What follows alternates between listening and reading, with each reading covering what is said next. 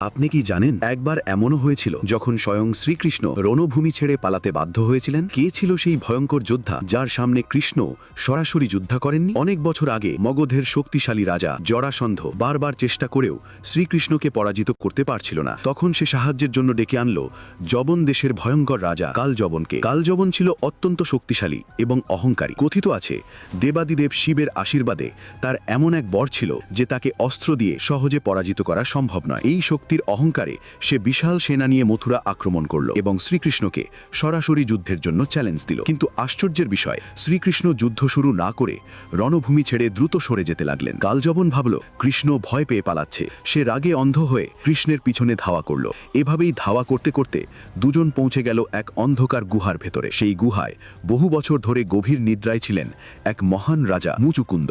দেবতারা তাকে এক আশ্চর্য বর দিয়েছিলেন যে কেউ তার ঘুম ভাঙাবে তার চোখের আগুনে